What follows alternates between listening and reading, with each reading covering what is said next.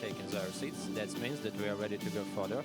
And our next panel will be dedicated to climate challenges in the midst of war. Moderator of this discussion is Alexey Ryabchin, PhD, energy and climate expert, United Nations Climate Change Conference delegate from Ukraine, Science 2015. Mr. Ryabchin, take your time. Take a seat, to grab a coffee and return to the climate discussion. Yeah, please, we are starting. And I'm really fascinated to start these climate change talks in the midst of the war. And I'm delighted to present my panel. So we have Margot Wallström, former Deputy Prime Minister and Minister of Foreign Affairs of Sweden, former European Commissioner for the Environment. We have Laurence Tobiana, CEO of European Climate Foundation. We have Oleg Bondarenko, who is the People's Deputy of Ukraine, a member of the Ukrainian Parliament, and the head of the Committee for Environment Policy and Nature Management. We have Anna Zamazeyeva, who is the head of the State Agency of Energy Efficiency and Energy Saving of Ukraine. And last but not the least, Leonard de Klerk, co-founder of the initiative of the GHG greenhouse gas emission accounting of the war. So welcome our panelists, and Margot, we will start with you. So basically, thank you. You already been in the first panel and discussed all the consequences of the environmental damage to the war. I guess like we have a bit of reshuffling of the people who were on the first panel and the last. So to present you, so you are together with Andrei Yermak, co-chairing the group who is basically trying to make Russia accountable and pay for the environment and climate damage. So you are focused on assessing the damage, so making some kind of a strategies how to make Russia accountable. And the third point is like basically recommendation for Ukraine post-war transition to green economy and the climate change. So could you tell us please like why the climate change is so important even during the war and like about the job that they're doing, please? Well, I think we have to realize that there is a link between climate change and the environment and what we call traditional environmental policy. So if climate change, when climate change is happening, it very often exacerbates already existing environmental problems, like lack of water, problems for biodiversity, and of course it affects our energy systems. And to sort of describe that kind of link is important, and to understand that this is also a matter of time perspective. And I often think back that more than 20 years ago, I was the Environment Commissioner of the European Union. And I remember that in those days when we actually were negotiated the Kyoto Protocol, we discussed as one of the ultimate, we thought of it as the ultimate expression of that climate change was happening, that the permafrost would start melting. And we thought it as so remote, such a remote idea that would happen. But we knew that the IPCC had pointed to this possibility. And today this is happening. Today this is happening, and to a great extent. And all the things that IPCC has mentioned in what is now 8 consecutive reports is happening. And for a long time we've asked, why have political leaders not acted upon these facts that has been presented to them? And when you ask psychologists, they say that it's because people have not been able to define this as an enemy. You have an enemy today. Ukraine has an enemy. It's very clear who you have to fight. But climate change, we have not been able to look at as an enemy that we really have to deal with and have to fight, because it happened in the future, somewhere else, to somebody else. And that was also true until now, because it was actually hitting developing countries the most and first of all. So that was far away, we thought, in the Nordic countries and in Europe. So it was somewhere else, somebody else, mostly poor people that were hit the hardest. And we were thinking of it as maybe one day we could understand sort of theoretically what this would mean. But in my country, for the first time, we had forest fires, a few years ago that we haven't had in 200 years. We had to ask other EU members to help us to put those fires out.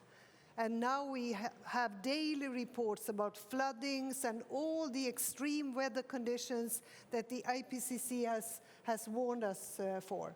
So this is something we have to look at. This is something we have to deal with because it's an existential threat unless we make the right decisions and take action. So to us, this is part of what the working group believes is our tasks, to both assess the situation and also look at how has climate change affected Ukraine as well, to look at, of course, the accountability issue has been discussed already, but also how do we build back better in the sense, what do we do with our energy systems?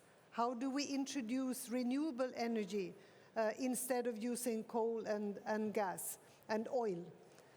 And this has, of course, been one of the effects of the war, definitely. It has affected our thinking about energy sources, energy distribution, and what kind of energy systems to have for the future. So geopolitically, it has changed a lot, and this is important to understand fully. So this will be for Ukraine, I think, to really discuss and decide on what kind of energy systems, what kind of transport system, all the things that I think Laurence will tell us more about, that also the European Union in the Green Deal has decided upon.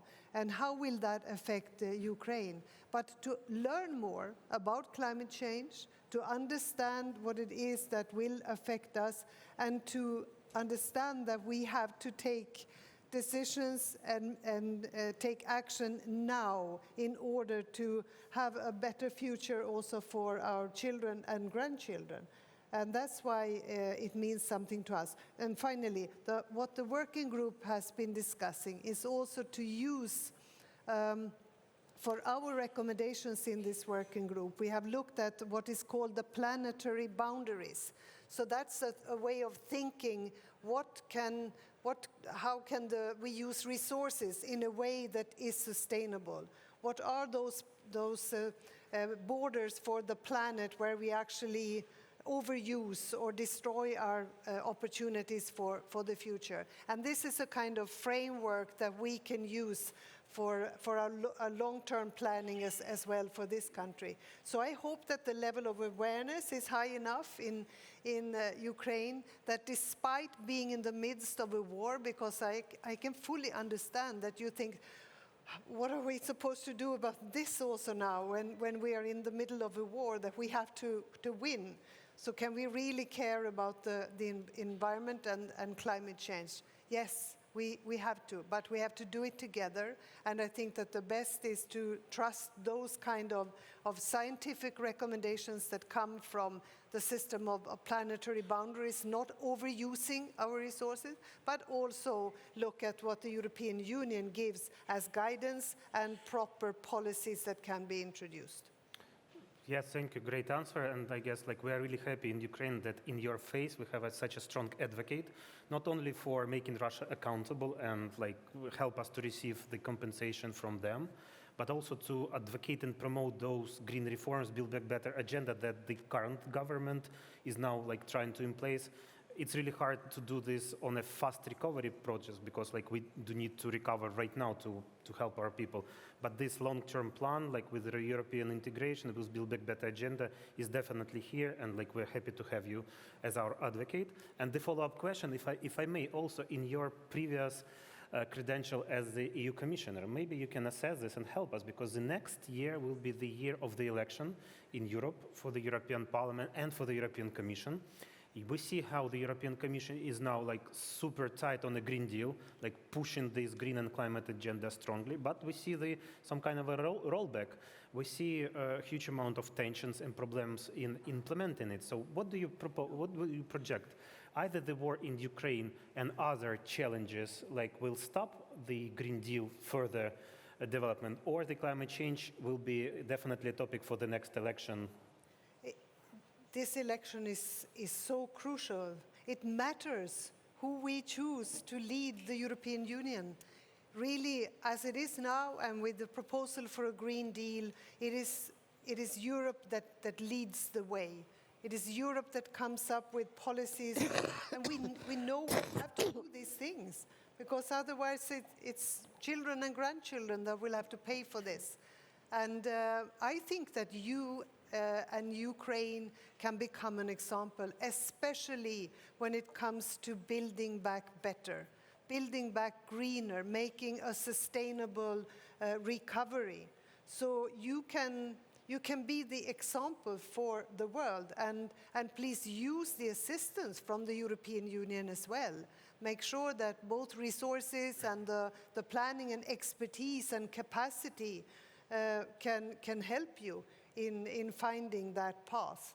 But this is, again, I think it's a matter of mindset and understanding that we have to think long term and about also the next generations. But this will also affect you now, and you will have to make a number of decisions that have to be the right ones. But the EU is also here to help. Thank you very much. I will continue to start speaking with the Ukrainian officials. So Oleg Bondarenko, head of the Rada's Committee on Environment. Yet, while the minister is opening the climate change office, you are the highest rank official in this chamber. So, huge amount of question to you. As we all know, Ukraine signed the EU accession, EU association agreement, and we fulfill it till today, almost to the 80% in the environmental chapter. So great job from our government, parliament, and other state branches. So 80% of what we promised to deliver. I guess if not the war, we could fulfill almost 100. But simultaneously, when we received the accession score in the chapter of environment and climate, we received 1 out of 5. So this is because the association agreement has been written in 2012 and 13, and the European Union leapfrog in its Green Deal agenda. So we need to kind of do a lot of homework. Could you please tell us what the Parliament is doing to have a better score? Thank you so much for your question, Alexei. On one hand, it's easy to answer this question because 1 out of 5 it's not just our score, it's a score that Moldova got, Georgia got the same score. And we understand quite clearly that this is a score that does not mean a lack of progress. It much rather indicates progress according to the association agreement with the EU. But insufficient progress to get a better or higher score, or to get a score that a country that completely implements EU acquis in this area gets. So we clearly understand that we need to do a lot of homework, for sure. An immense amount of work compared to what has already been done. Are we ready for it? Yes, we are, of course. Undoubtedly. And the results of an internal screening that was carried out this year on our own by the ministries, and that the ministry has to report on to Verkhovna Rada as well, to the committee of the Verkhovna Rada. I think that we will see that in the results of that screening. I think that we'll see that we are on a right path. What are we doing today, specifically? Well, today, understanding our responsibility in front of the entire country, understanding the significance of joining European green agenda, understanding the need to implement all of our international European commitments according to the one based on Paris Agreement and also implementing the commitments that we have made within the framework of our nationally identified effort, we are trying to significantly update Ukrainian national legislation, including the gradual reform when it comes to waste management, the gradual reform when it comes to industrial pollution. We are implementing novel best practices when it comes to the use of natural resources, the most resource-saving practices. And all of that is due to the cooperation of the parliament, the government, and all of that demonstrates our unified strategy on changing the environmental legislation to combat climate change. The following question, sorry, Ukrainian English. You speak a lot with the businesses and NGO and civil society. So what is the difference between, your communication with the stakeholders before the full-scale war and after? Whether business is now more or less demanding, like with Green Deal and CBAM, understanding that they need to implement something and there will be a green recovery. How is like the NGOs, whether they are demanding and torturing the politician for more ambitious goal, or they are now more, understanding because of the conditions of the war. So what is the situation with your communication with your main stakeholders? I will also separate that question into two, as you have said. So when it comes to businesses, I am convinced that at this stage of the development of our country, large businesses, big businesses are conscious.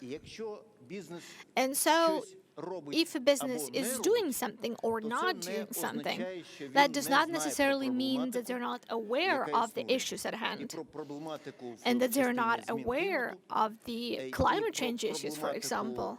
It does not mean that they're not aware of the issues related to the potential accession of Ukraine to the European Union and the requirements that will exist for business and how they will impact business, the same CBAM. Businesses are aware of all of that, and they are ready for most of it. And so business before the war and now wants to postpone these requirements, of course, that the business will be facing. And of course, businesses want specific conditions. On one hand, we can understand them because big businesses have suffered because of the war. And undoubtedly, Ukrainian businesses have faced different taxation processes, different requirements because of the war. And we have to evaluate all of this. But on the other hand, big businesses started to communicate better. They started to reach out better in different areas.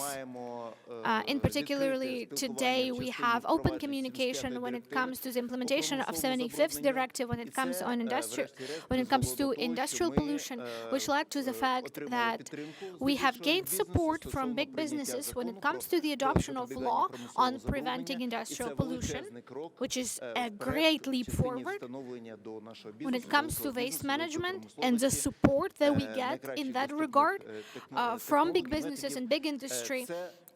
It's great for the implementation of best practices. The adoption of this law will be a great victory.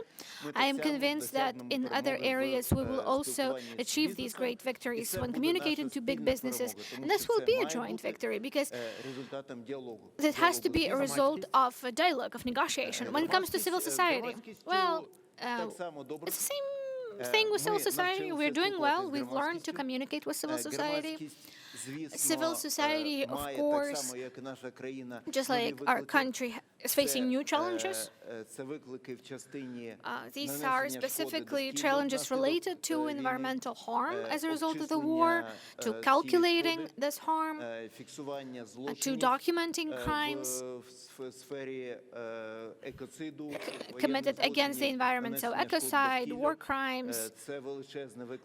Of course, this is a great challenge for our country at large, and so the civil society is one of the most significant stakeholders inside our country, and also on the international level that is assisting Ukraine to show what is happening and to advocate for this environmental protection agenda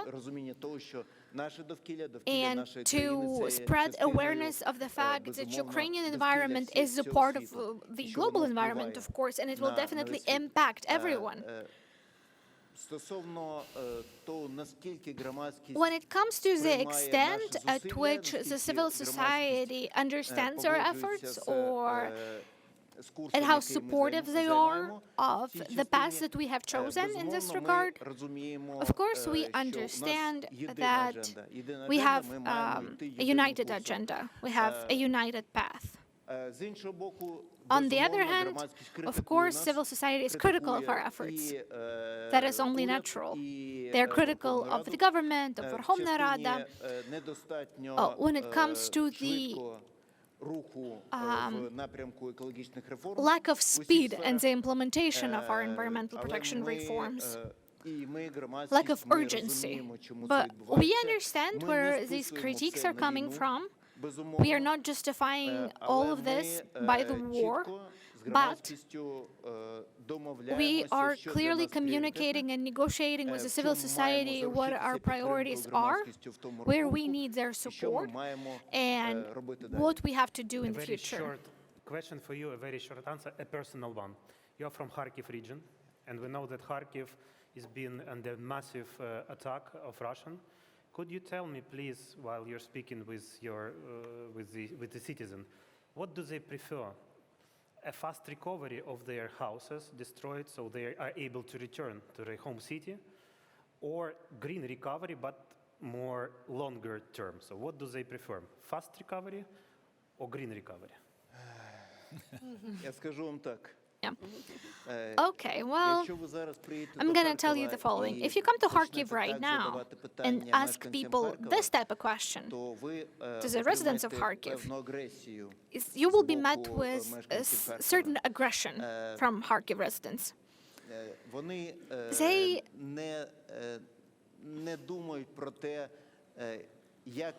don't think about what is the better way to rebuild the city, whether better, greener, or faster.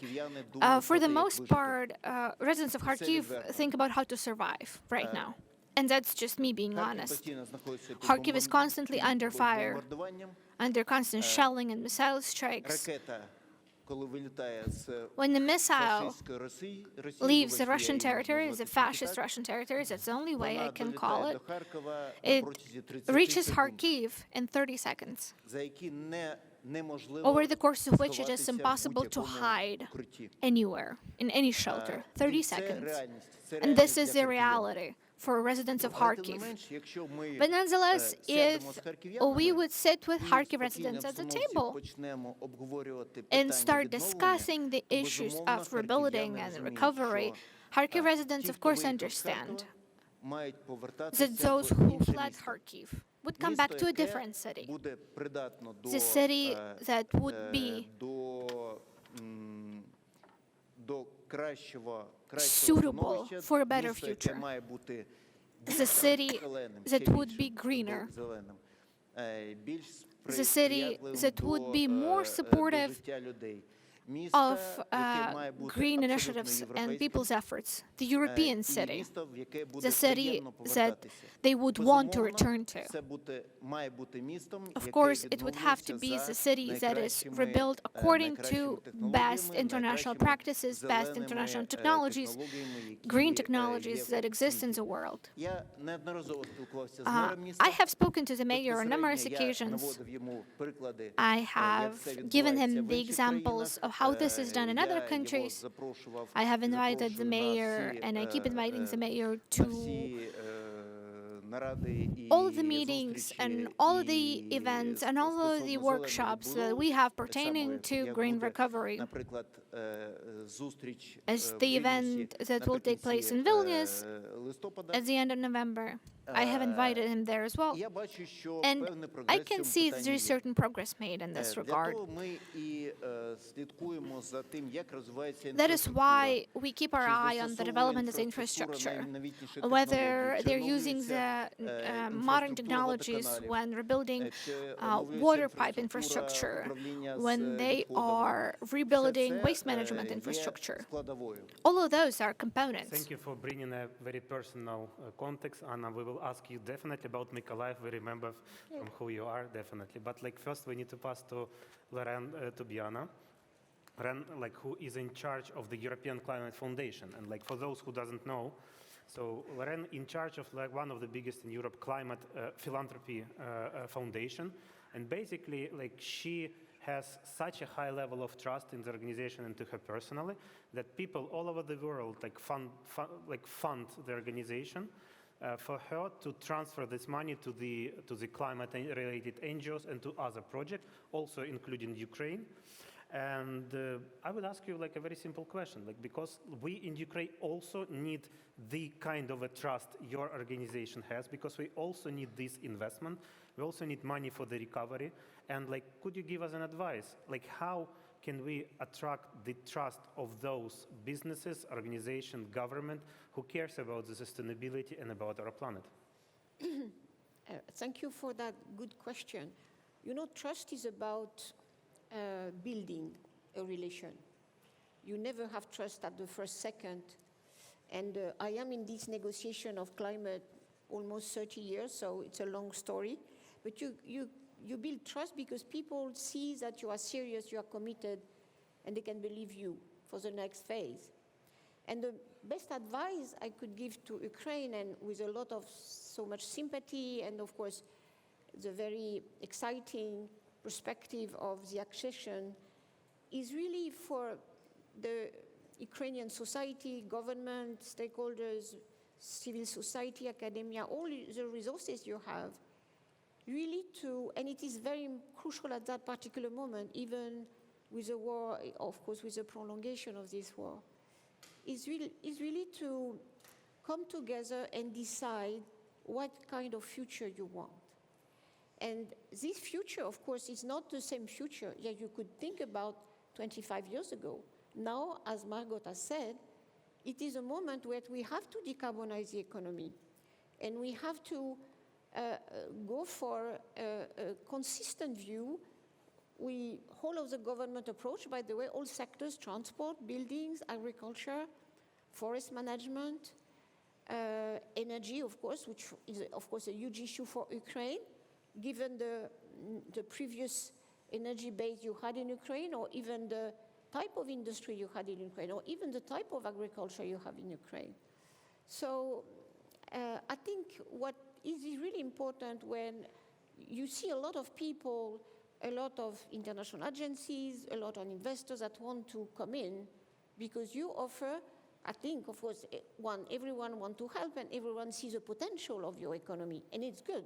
You receive a positive element that Ukraine can do big things. And again, when the accession will come, we will have a much bigger Europe thanks to you, and of course some other countries. So, you know, ideally, if I'm dreaming, you could have maybe a national commission of every stakeholders designing this future of Ukraine, a low-carbon future with clean transport, clean cities. You would have, of course, the best technology to do that, but a very much people-centered project. And if you have this plan, then you can ask the others to come in to support your plan, not to come their own ideas, but to come to support your plan, because your plan will be the result of the mobilization of your whole society. I know that it's very difficult to do this now because of the war, but maybe some of you, because I know you are thinking of the future at the same time, are fighting for your existence. It's good to have this space in the society where you can think forward. And again, that gives the hope. And in a way, again, thinking aloud, it's important, of course, for you to be consistent with European norms.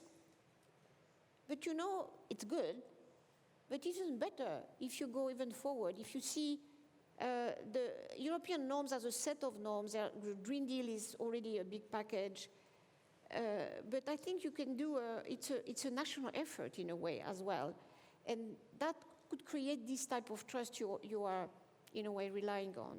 And I can tell that with that, you can overcome many difficulties, technical, financial, and then the belief that, because I think everybody outside wants to believe in Ukraine, that's for sure. You have an enormous asset now. And that, I think you can offer the space that we have a plan. It's a mid-term and long-term plan. We envisage the peace, green and democratic. That's a beautiful objective for not only you, but Europe. But then you have to come to support us. And that's the logic I would develop if you will be able to do that even in these difficult times.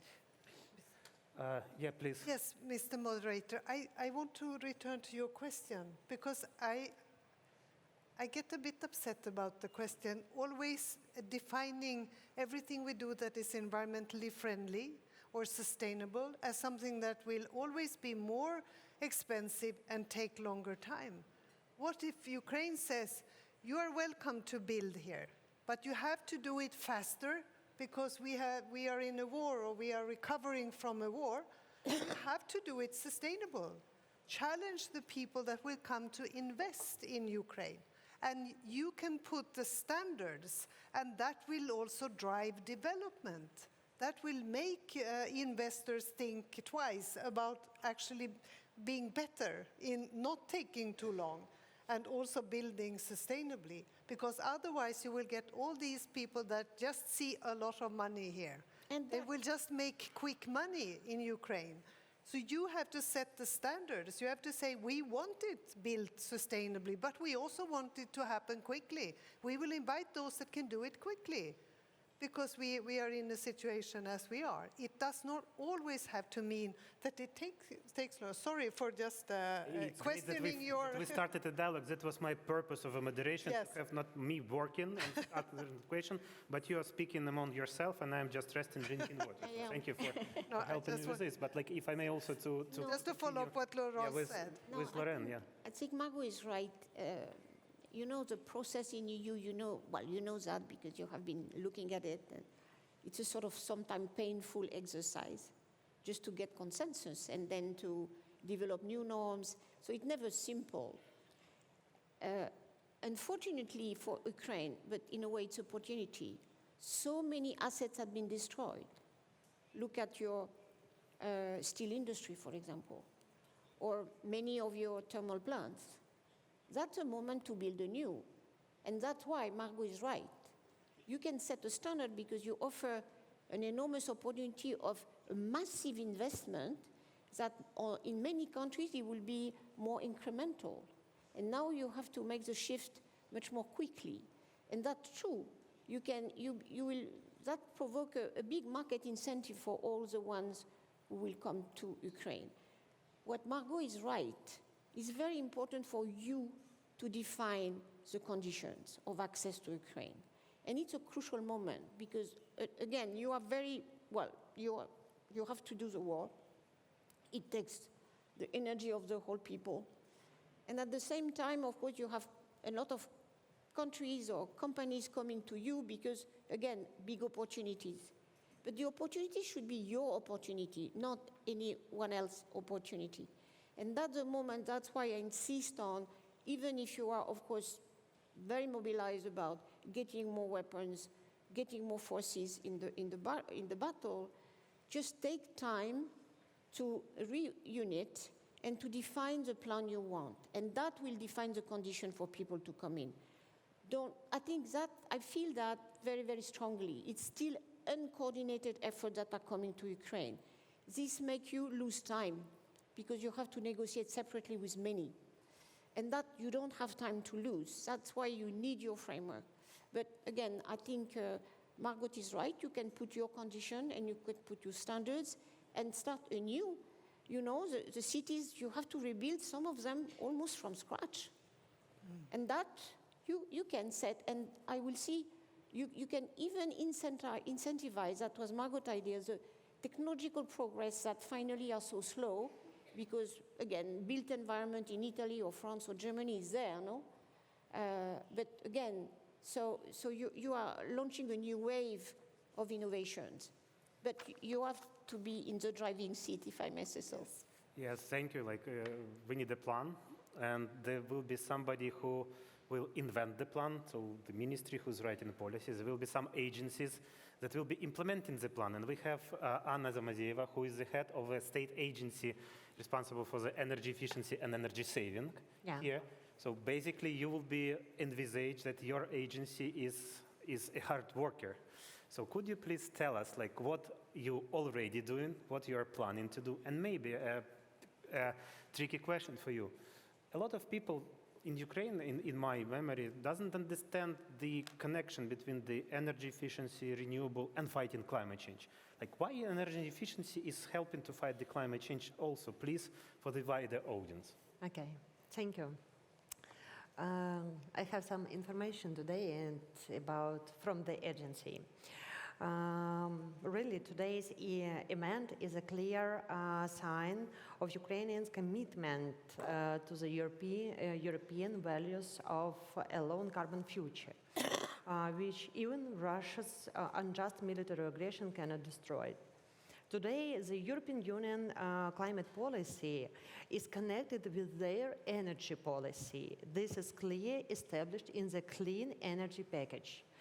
What unites these policies? Energy efficiency and decarbonization. I represent the State Agency on Energy Efficiency and Energy Saving of Ukraine, which is a cross-sectoral authority and responsible for that implementation policy on energy efficiency and decarbonization in industry, buildings, transport, and energy infrastructure.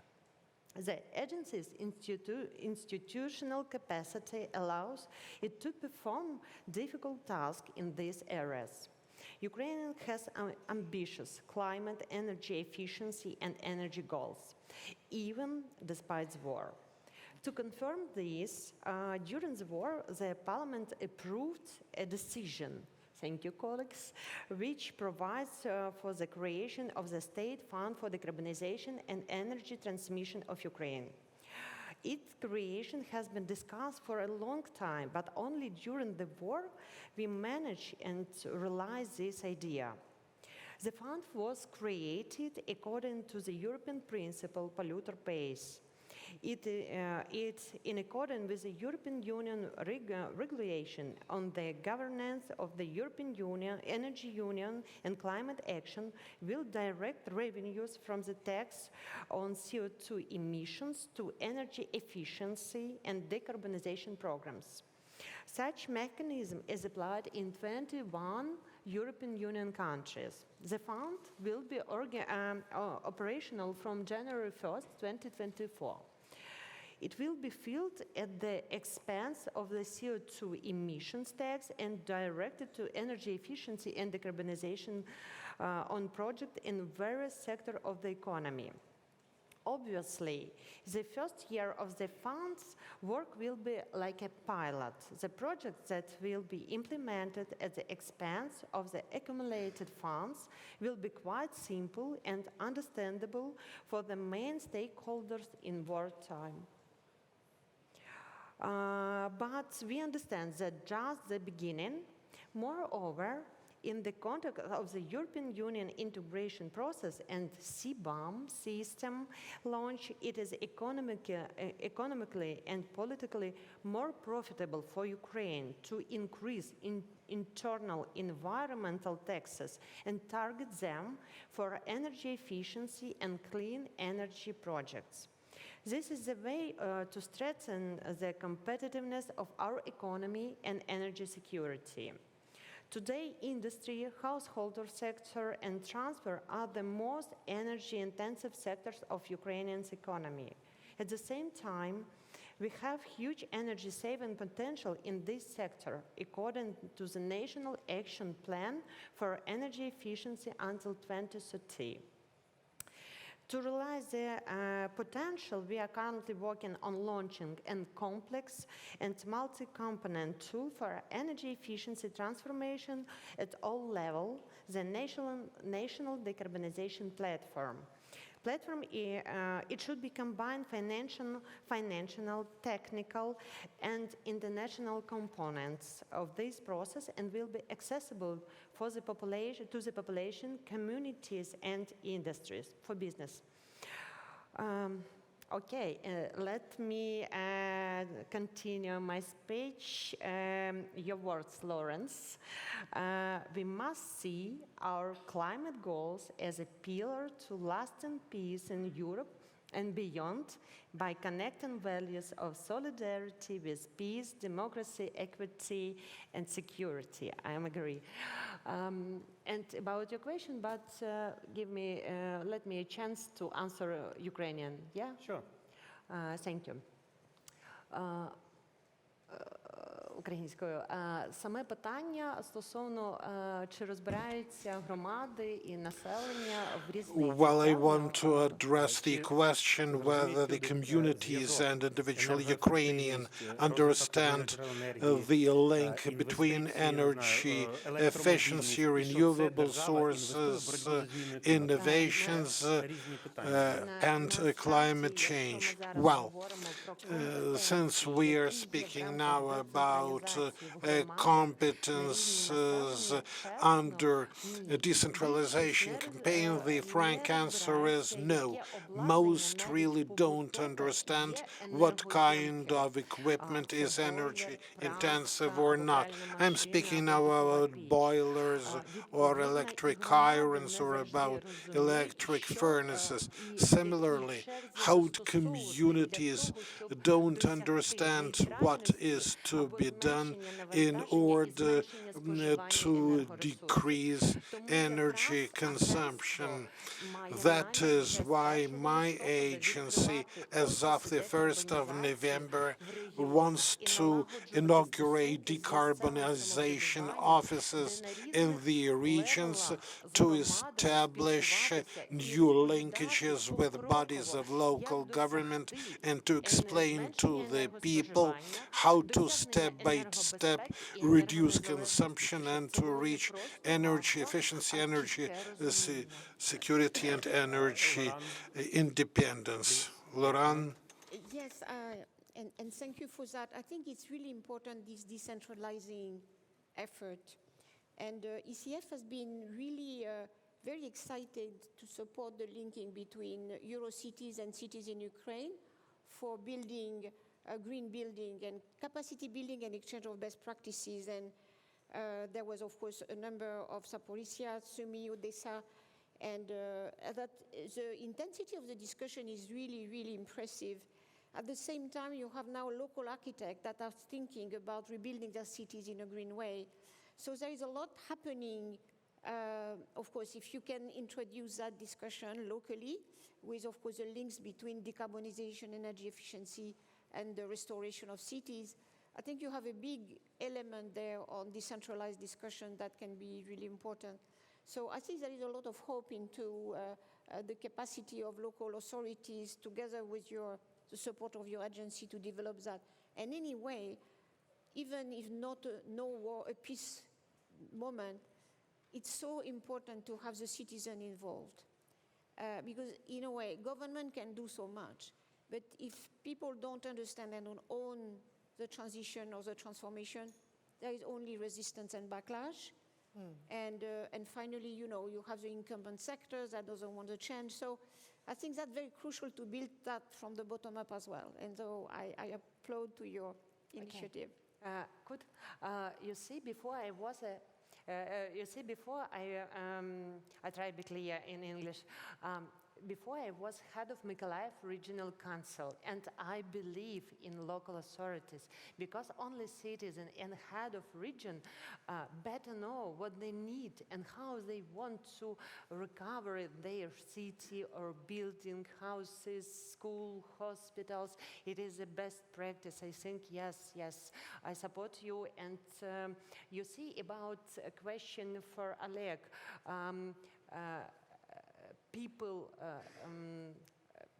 Дозвольте українською, буде швидше. If I may, I'll say that in Ukrainian, that will be much Чи faster. готові люди Are people чекати, ready to wait зеленого відновлення, for a чи greener відновлюватись зараз? recovery? Як швидко? Or І do they want rapid recovery, right? That was that question. In reality, the people who are left without their homes, they need their homes now. They need to have some basic needs fulfilled right now. So to have some sort of roof over their head, to have water and electricity, right? But the people, I'm convinced, will be ready to wait for a greener recovery only if we can tell them it will take this long, or if we'll give them a specific date, a specific deadline. If they will have this plan in mind, if they will understand, then they will be ready to wait, of course, for a greener recovery, a greener rebuilding. And I think that can be done with the support of the international community. So, as you understand, now the Minister of Environment is opening the Climate Office together with the European Union support and Germany support. Anna, with her agency, is planning to open the local decentralization offices and already agreed with Lorraine that she will help funding it. So I do hope that the next climate change event will sign some kind of a memorandum. So yeah, really great discussion and very productive already. But I would like to include Leonard into our discussion, and apologies for taking it too long, but it was very interesting. By the way, like usually when I moderate, I try to observe the audience, and I would say that after like 45 minutes of our conversation, only 20% of people of audience starting to look at their mobile phone. So it's a really great percentage. So like we have an interesting discussion. Usually it's like more. Leonard, so like to introduce you, you're now like a co-founder of initiative of GEG Accounting of War.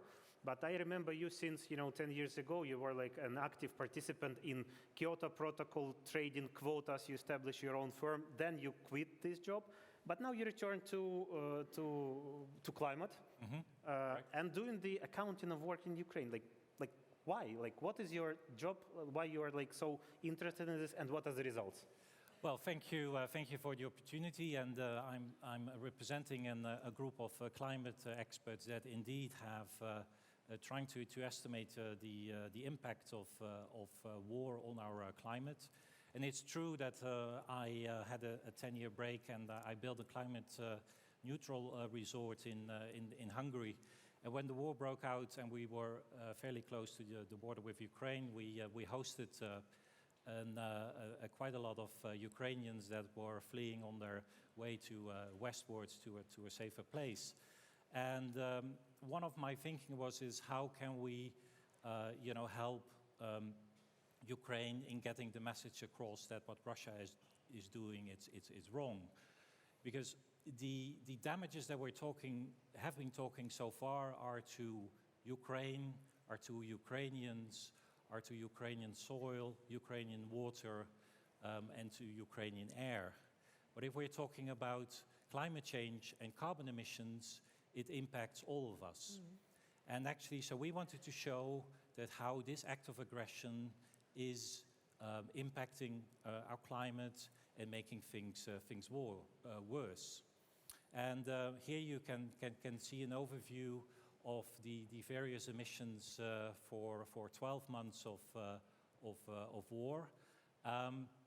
And for example, fires the fires in forests and the landscapes is a huge source of emissions, as of course is the fighting itself, so the warfare, the tanks, the fighter jets that use an awful lot of fossil fuel and emit those emissions.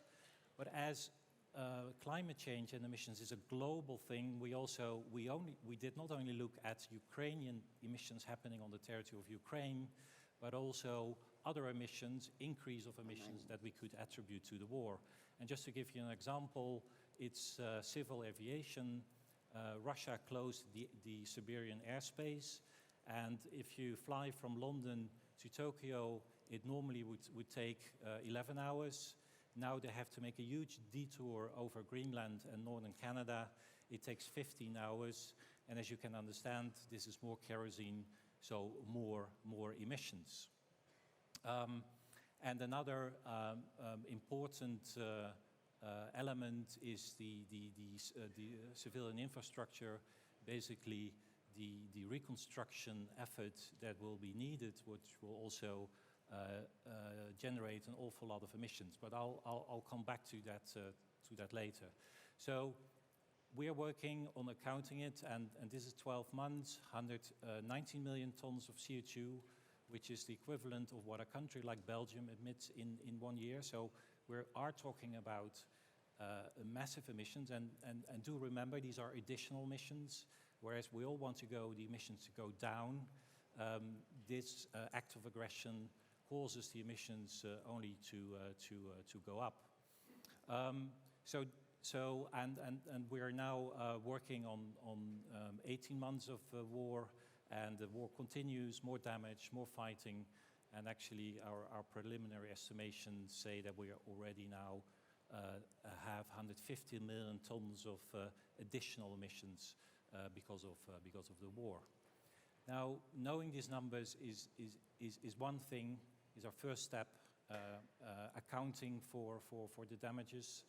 And our second is to hold the aggressor accountable for the damage that they are doing to the climate. So we are recommending the Ukrainian government to also include in the register of damages not only the physical environmental damages on the territory of Ukraine, but also to include the additional emissions of greenhouse gases that can be attributed to the war. These are tons of CO2, but if you would convert this to a monetary value, we've been using a so-called shadow carbon price, or it's called the social cost of carbon. This is a methodology that is being used by the World Bank or the EBRD when appraising projects. And if you apply that methodology, we are talking, as of today, or after 18 months of war, we're talking almost about $10 billion US dollars in damages. So we believe that Russia should be held accountable and should compensate not only Ukraine, but the world community for the emissions that they have caused. Now, having the money is one thing, but the third step would be, how can we repair the damage? How can we undo what Russia has been doing? So it's our vision that this money will be set aside and will be used to basically make sure that those emissions that have happened will be reduced. And the most obvious way of doing it is, for example, the forest fires. We have an awful lot of forests that have been destroyed, that have died, and by simply replanting the trees, they will start growing, and they take out the CO2 from the atmosphere that went in there due to fires or other warfare activities, these emissions were caused. But as you can see again, so coming back to the reconstruction effort, this 50 million tons for 12 months, you just can imagine about 75% of these emissions are caused by cement and steel. These are very carbon-intensive construction materials.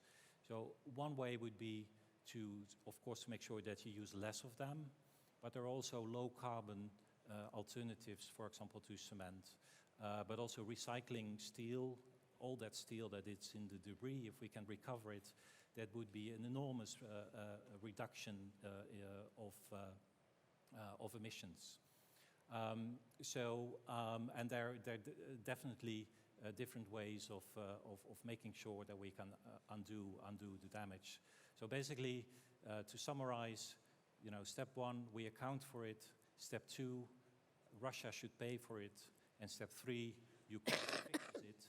Not only doing it for itself, but doing a favor to all of us, because climate change is a global issue, not a local issue. I guess Leonard just presented a part of the plan that you've requested. And Leonard, just like only one question to you. So basically, you are doing the methodology. You're helping to kind of include this into all the registers, like make Russia accountable. And like You're trying to help us to get 10 billion around euros of frozen assets and send them to either, to raise forest or to like more low carbon technology. So the only one question, are you not afraid that you are like direct threat to the Russian state that is able to Ukrainians? So do you need a bodyguard, like of helping Ukrainians of doing this? Well, I haven't received any Seems to, signals. yeah.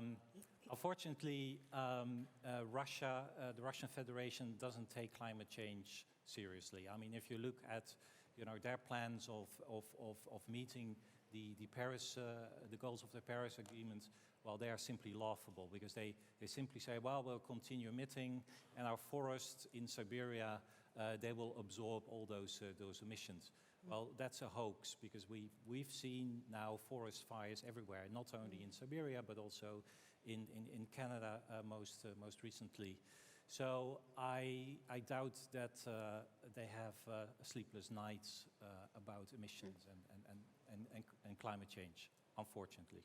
We have like around 10 minutes of our discussion, and I propose to follow up. I guess like you are willing to refer on some words that Leonard told. Anyway, that Russia is not interested by climate change, that's for sure. But now they are stepping into being aggressive against climate policy and climate regime on two fronts. One, they announced already that if any discussion was on fossil fuel, phasing out fossil fuel in the next COP in Dubai, they will oppose everything. So it's a good start because we will be discussing phasing out of fossil fuel in COP28. And more than that, they are blocking the designation of the country that has to host COP29. COP29 should be placed into the eastern part of Europe. And they said they will veto any country member of the EU, and they veto probably many more. So they are really now aggressively opposing the climate regime and teaming up with oil and gas countries that want, of course, the failure of any strong effort. It's a worrying because until now, as you said, they were passive, not contradicting, but passive in the climate regime. Now they are changing gears. And by the way, all the good people, and there were very good people in the Russian team, Russian scientists, they just are now outside. So this is a concern because we are from a sort of passive player. We have now an aggressive player against climate change. And by the way, emission of Russia has, of course, increased enormously because on the permafrost, what is happening there, plus, of course, the forest fire, plus an enormous leakage of methane because of the badly managed gas production. So it's really now a concern, and I think Putin said very clearly, he said the energy crisis, and of course energy crisis has put climate change on the back burner, as Antonio Guterres said that, because of course everybody is very worried about price of energy, access to energy, and that has of course offered a vast space for the oil and gas companies, whether private or public, and that has made Europe in a way losing a little bit the sense of direction because of that. So everybody is so concerned about access to energy. And I think at one point in time it was interesting to listen to Putin say the crisis of energy is because renewable energy. And it was really an attack against the capacity to withdraw from the dependence from Russian oil and gas. And I think this is a security response, now that Europe has to go for. Renewable energy is, as one Polish minister said, it's a freedom energy. And that's true for Ukraine too.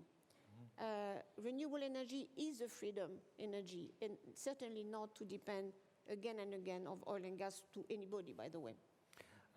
Leonard has to comment, but like before this, like if Ленарда є коментар, але запитає аудиторію, чи... Leonard, my question to Oleg, and like please prepare for the mic in a couple of minutes to the gentleman in the first row. Well, of course, Russia shot itself in the foot by starting this war, because you've seen now, due to the energy crisis that we've seen in Europe, you've seen. I mean, we were already rolling out, the renewable energy, But in the past, it was always a story like, well, wind and sun, they don't always shine, so this is the unreliable source of energy where fossil fuel is always there. The energy crisis in Europe showed the opposite. Renewable energy is the reliable source of energy, and fossil fuel is either not available or prices go up and down. So in that sense, we see now that Europe is speeding up its transition to fossil fuel-free energy generation. Yes, before I give the floor, one question just for Oleg. Oleg, could you please elaborate what are the climate initiatives you, as a member of parliament, are initiating in the chamber during the war, please? Дякую за питання, Олексію. Ну, по-перше, я хотів би Well, thanks, Alexei, for this question.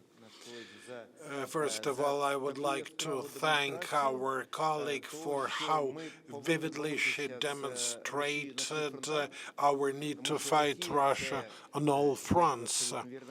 As you absolutely correctly say, Russia is a prehistoric state that has nothing in common with green initiatives, with green innovations, or with the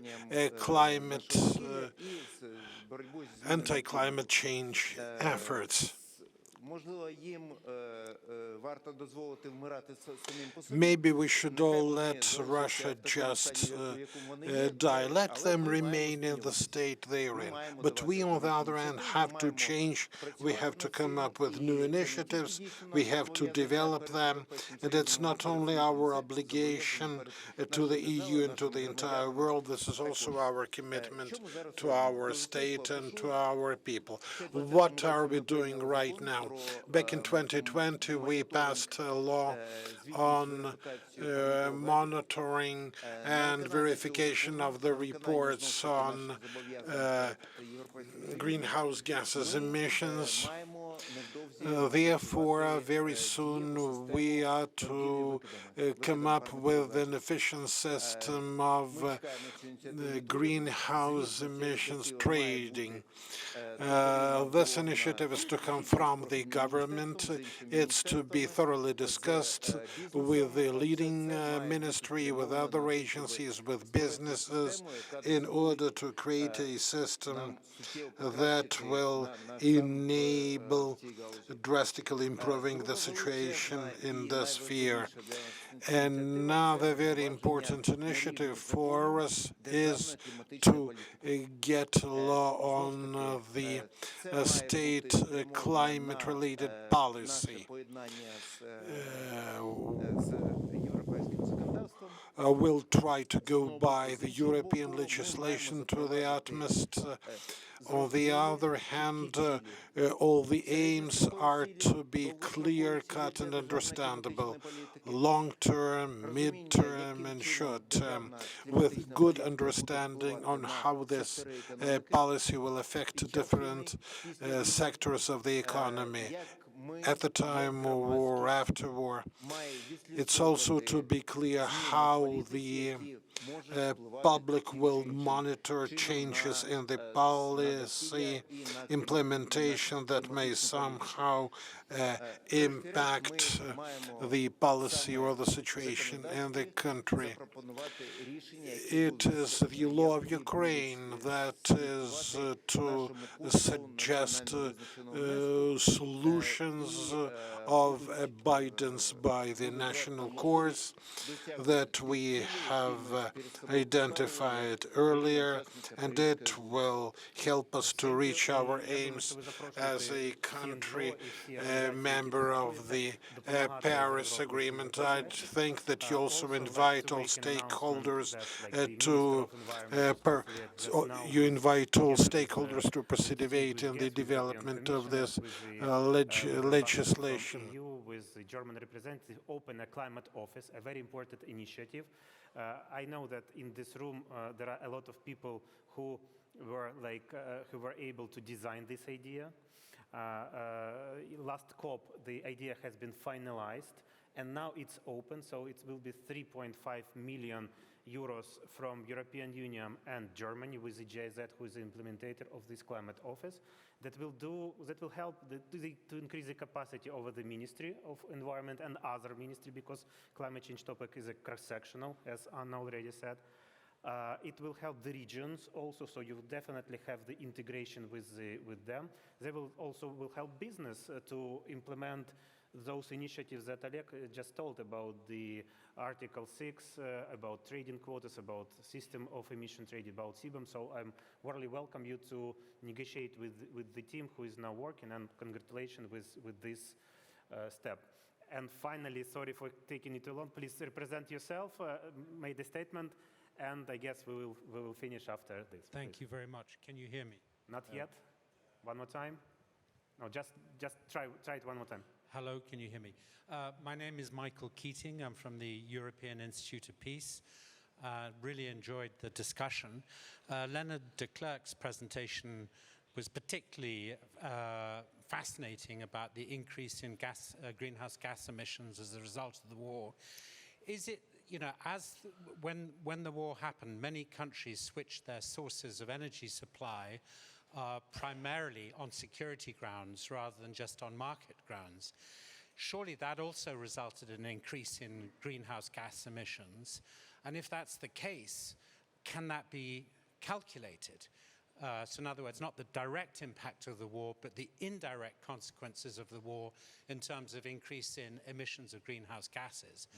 And if it can be, it seems to me this is a very important thing to think about, because for many in the world, particularly in the so-called global south, it is the increase in emissions which is prolonging the pain and increasing the prospects of food insecurity, social tensions, and even conflict. So I wonder if you have any thoughts on that and any ideas as to how it could be calculated. Yeah.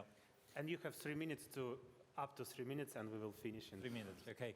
Now we also looked into the emissions the energy emissions in Europe for 2020, and everybody was very afraid that we would all switch back to coal.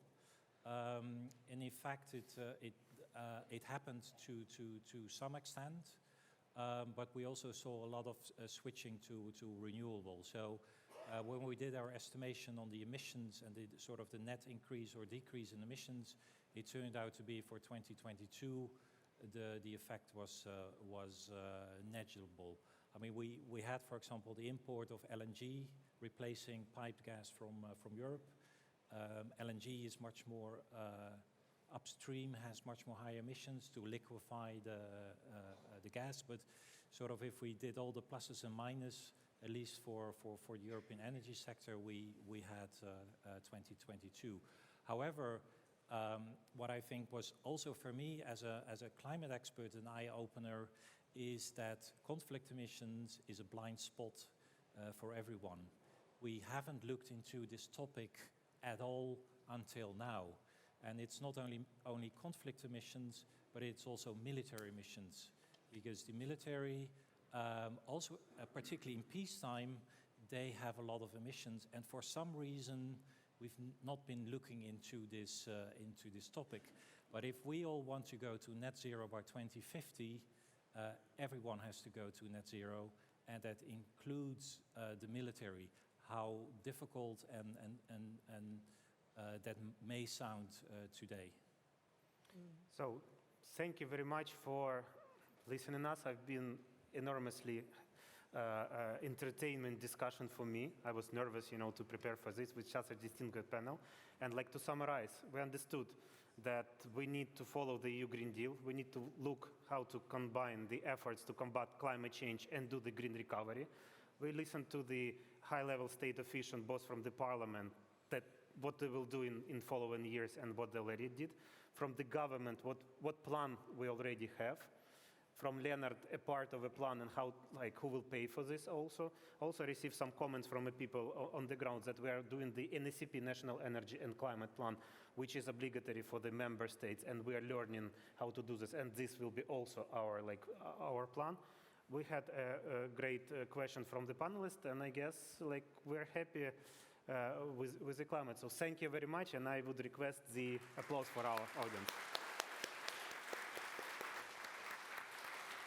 Please sit here because, yeah. I will go. Thank you very much, distinguished participants. And climate change is a common challenge and threat to the entire world, and it's particularly pleasant for me personally that Ukraine, even in the midst of war, is making its own contribution. But of course, we have a lot of work to do in this direction, and we will do it together with the strong support of our international partners.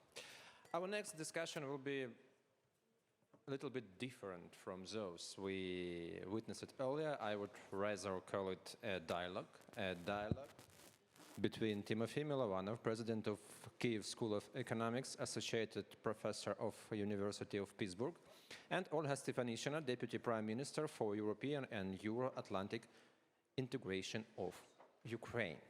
And after this conversation, it will not last too long. We will have a coffee break, a few minutes for your coffee, and we have also two panel discussions ahead after the coffee break. And as a host of this event, I'm also particularly pleased that we are going through the first day of our summit almost within our schedule, which is very pleasant. And I hope we will go in this way till the end of the first day of our summit. So we will have two plenary sessions ahead, as I said before, and the points of this session will be responsibility of the Russian Federation for wartime environmental damage in Ukraine. I think there are a lot of things that need to be discussed in this field, and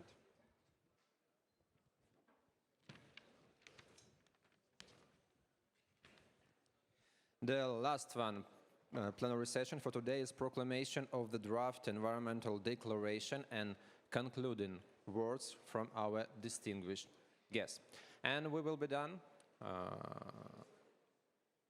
till tomorrow. So a few moments before we start our dialogue, as I mentioned before.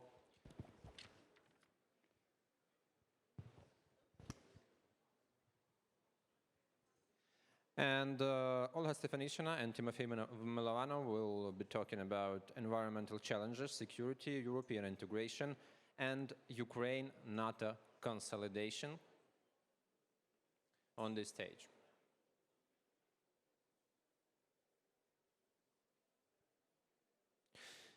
So please stay in your seats, because we will start really in a few moments.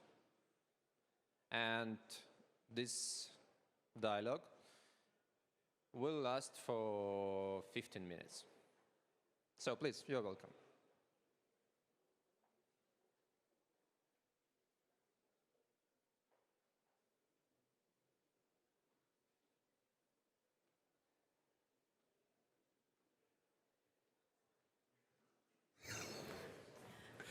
Добрий день. Mr. Milovanov, the floor Hi. is yours. Oh, Thank you. it's mine. Okay, great. So which language are we doing? English or Ukrainian? English, I guess. English. Okay, great. So thank you very much, everyone. It's my privilege and pleasure and honor to present to you Deputy Prime Minister. Pani Stefanishyna. I will say that in Ukrainian. Who is actually the main driver for, behind, or in front of our European integration. And today we're going to be talking about some of the aspects of this. And I'm going to start with the question about weaponization of the ecological disasters or damages and destruction in Ukraine. What does it even mean to weaponize? Because we hear the word weaponization everywhere, but why does this become a weapon? What does it really mean? Thank you, Timothy, and colleagues. Probably I will try to shape it in a very simple and clear examples for all of us. As you rightly said, I'm running the EU agenda in Ukraine, and before war, it was also about mainstreaming some very important topics like EU Green Deal, which has been a positive agenda, only giving a prosperous overview for the climate transformations and for boosting investments in Ukraine and advancing different startups and innovations. Now, when we are talking about environment and climate change and transformations, we have gained a significant number of new words in our dictionary, like ecocide. And I would probably give you the example from the NATO perspective, that before the full-scale war, everything related to energy, climate, and other transformations were seen as the instruments of hybrid warfare. It was an element of hybrid threats, let's say.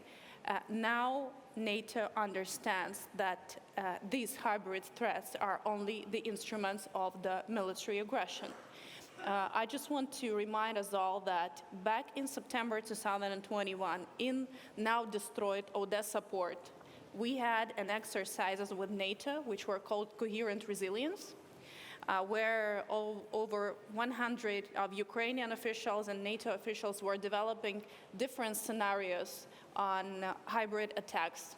They were related to attacks to port infrastructure, restricting grain exports, attacks to the dam, to the nuclear power plant.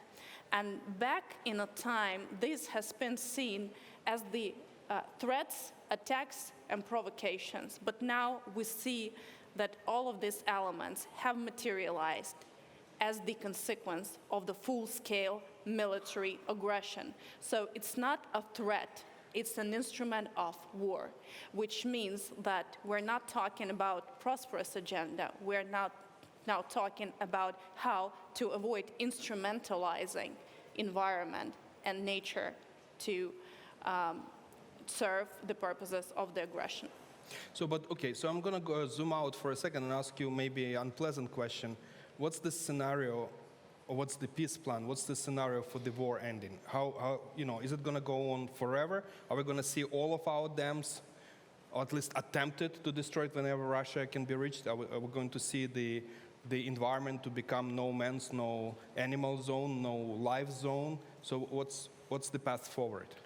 There are a lot of wise people who have been doing different modeling, and the models are different indeed. But I've heard a lot of speeches today, but I haven't heard a major thing that first of all, we should win the war. And this is the only element which could bring the purest possible clarity into the next steps. But while we are fighting the war, there are some things that we can start doing right now to make Russia pay, to make Russia accountable. He's speaking about frozen assets of the Russian oligarchs and different assets which are mostly concentrated in Europe. And I think that this is the biggest hit to the Russian autocracy, for them to know that the assets they've been earning from bribing, from corrupting officials could be targeted to the European integration and transformation of Ukraine. Let me jump in on this. And how do you assess the EU progress on confiscating assets of Russia? Well, it's rather low. It's really hard to find a consensus between 27 EU member states because the assets are different, the type of procedures is different, and it's really hard to find a consensus even within G7 group because Great Britain is not part of EU and they have a very unique, let's say, system of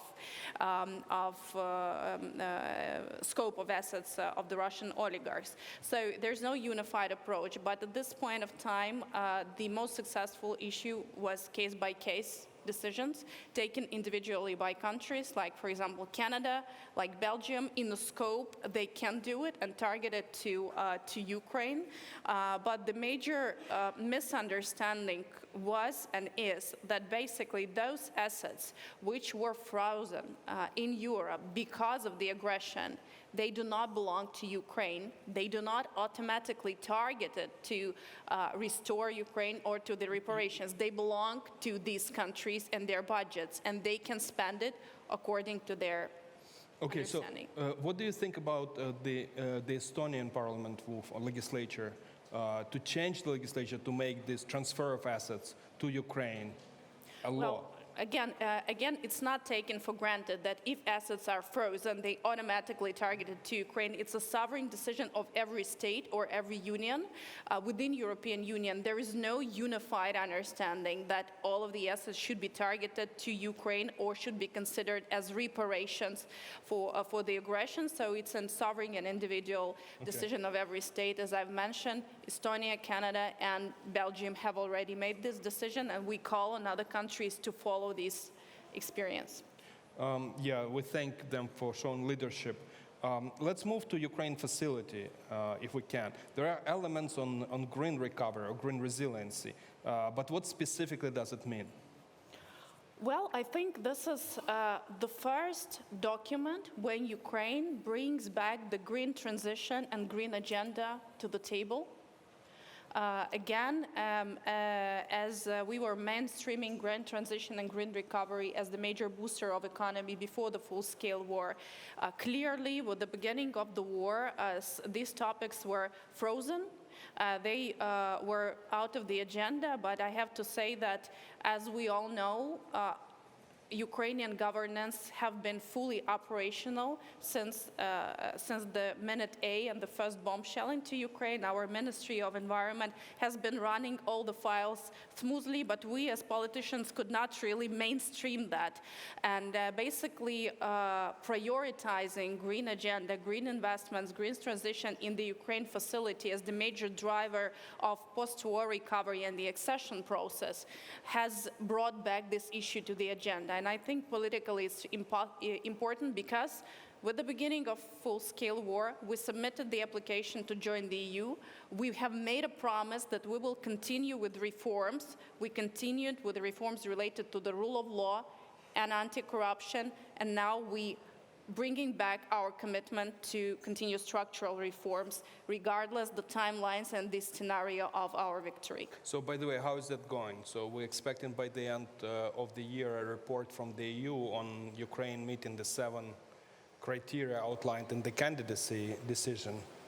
It's not only about seven, well, it's the most important part of it is the 7 political criteria, which would green light us the accession talks decision by the end of the year, but this would be an overview of the whole governance and the whole state. So it will cover all the areas, including environment, climate change, energy, transition, and etc. So, and we have made a significant effort to improve our progress, and which means that we would have less obligations to undertake when the negotiations will start. Do you expect the negotiations to formally open in the end of the year and the beginning of the next year? Brussels is always about bureaucracy. We only have to invent. You know, speaking about this, unattractiveness of Ukrainian public service, when you integrate with the Brussels bureaucracy, you start loving every civil servant in Ukraine as the best official you ever met. So there is a political decision to be taken. We see the consensus there, but there are a process before the formal launch of the negotiations, and the ball will be on the European side because they need to form the framework. And the decision, which will be released on 8th of November, will be the first step towards this framework, because we will hear how are we seen from Brussels, how much our democracy and transformations advanced, how high or low the level of our preparedness to integrate into the internal market, and how far we are from the most advanced EU policies. So on that, what are the major challenges if we are going to be seen as outsiders as democracy, in your view? And also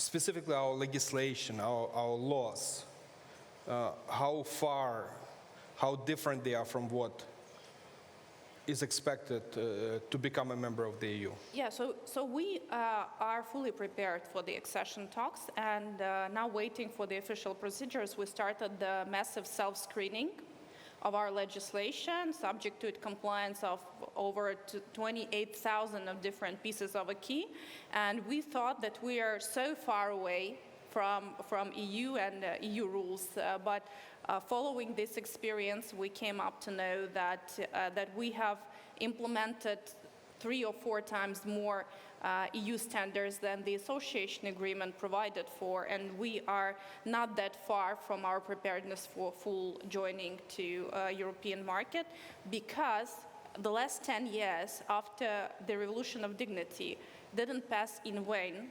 They were every day were targeted to transformations. And different teams of Ukrainian committed officials were doing their jobs in their places. So it means that 10 years after the Revolution Dignity, we're in a very good shape. Although we're bitten by the war, we still continue fighting and also fighting the front of reforms. So on the, I want to go back a little bit to the green agenda, environmental impact, and what's the largest challenges and post-war challenges and maybe opportunities for Ukraine and for overall for Europe? Will this war, is the environmental impact of the war local or global? I mean, I'm trying to, of course, it's an easy answer to say it's global, but what specifically, is it a local issue? Can we fix it? What's the true challenge? On 8th of November, we will have a round of crisis consultations in NATO on lessons learned of the war. And definitely Ukraine, even in time of full-scale war, is the land of opportunities where you can make business and be successful even in times of war. But the biggest thing after the war would be learning the lessons and integrating into the reforms. For example, about the way how do we operate with the nuclear energy. And what could be done. I remember Ruslan on 24th of February when he received a call saying that Chernobyl nuclear power plant has been occupied, and in case we will not obey, they will simply explode it. This is the lesson to be learned for the next generations and for the all nuclear power plant generators around the globe. Of course, we have to understand now that every instrument could be used by the aggressor or terrorist, and we should learn our lessons. We learned our lessons on the attacks to the critical infrastructure, which evolved the whole new discourse about the protection and securing critical infrastructure and decentralizing this process, and inability to concentrate a huge huge energy power plants in one place, so it should be minimized and decentralized to avoid the ability of targeted attacks and cutting from electricity and water supplies a group of people. So first and foremost, we should learn our lessons, adjust our economies, and adjust our security based on what the world has seen in Ukraine. So I will finish with one last question about the politically exposed persons. Do you want to provide your perspective? Because there's at least locally, there is a big debate about, I suspect no one has read actually the law, but the debate is raging there. Yes? What's your view? Yes. Yes, what? What do you want from me? To tell us, is it what actually has been passed? Well, first, I know the law very well, and I fully take the responsibility for everything I say because I know the substance of the law. I am a publicly exposed person, and basically the whole discourse evolving, giving me the understanding that it was a very right decision to take.